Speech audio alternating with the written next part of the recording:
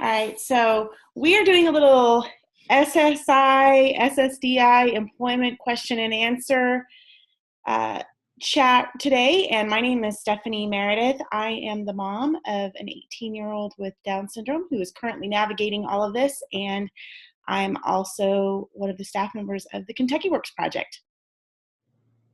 And I'm Carolyn Wheeler, and I'm also with the Human Development Institute, and I'm in Lexington.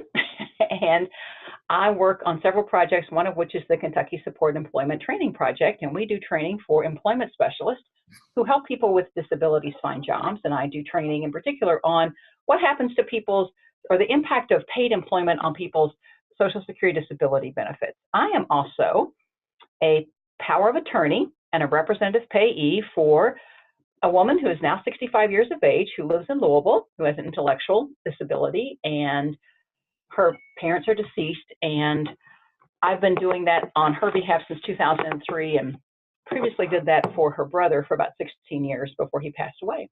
So I guess I function as a sibling. I function as a sibling. I'm sharing my screen, and I'm hoping, Stephanie, you're seeing the Social Security website.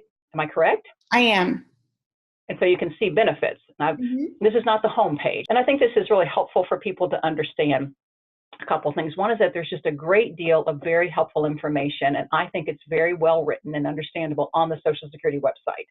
So I always recommend that when you have a question, see if you can find the answer on the Social Security website, and then take that with you to any meeting you would have with a Social Security representative. Because as with anything, again, depending on the office, you may find people who are very knowledgeable about this issue, and you may find people who are not. And that's really not because they're bad people, but because, like many federal and state agencies, they are, how about, very overworked. And the majority of interest is right here. As you scroll down, you can see that there's actually a tab for supplemental security income. And so that's what SSI stands for.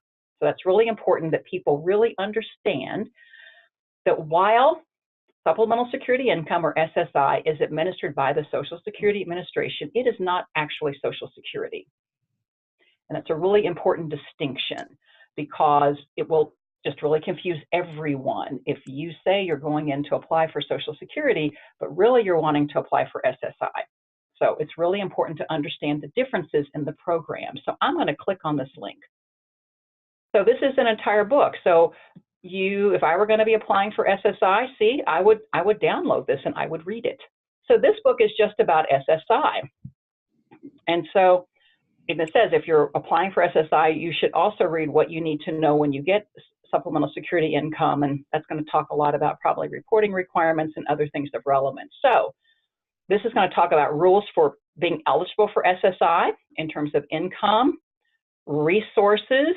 So this is something that families need to be really well aware of before they go to apply for SSI. If in fact Andy's got $4,000 in the bank right now, Stephanie, that's not the time to apply for SSI. You would need to either spend some of that money or open an ABLE account, is what I would say do, because he can only have, as you can see, resources of $2,000 or less. So sometimes parents may not realize that, they forgot about the money that grandma and grandpa gave us, and we opened a savings account and whatever. So you don't want to apply until the resources are below $2,000 or less. And again, ABLE accounts are a good place for that money to go. These are some other rules that you must meet in order to be eligible for SSI. And then how to apply.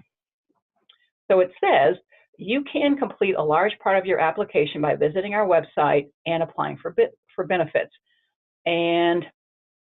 But at some point, my understanding would be with SSI, you're going to need to go into the office. The reason I asked, because I have a couple of friends who said they really wanted to go in person with their child, so that the Social Security representative would be able to see more readily that the person would be eligible. Well, but see, what they need to understand is that Social Security person isn't who makes the determination. Okay. The determination is made by the Disability Determination Program office in your state. That person that you're going to meet with will not make the decision. They will collect your information. They may be able to tell you what else you need to process your application. So this is a booklet that I would really, really encourage people to read before they apply. Now, it also does say here, you can schedule an appointment, and that to me would be the thing to do. That's worth sitting on the phone. Again, it's open from 7 to 7. You could call that 800 number and try to schedule an appointment, because then you won't wait so long. Does that help? That actually is really great advice, because I scheduled an appointment for Andy, and we walked in at our scheduled time. We got in right away.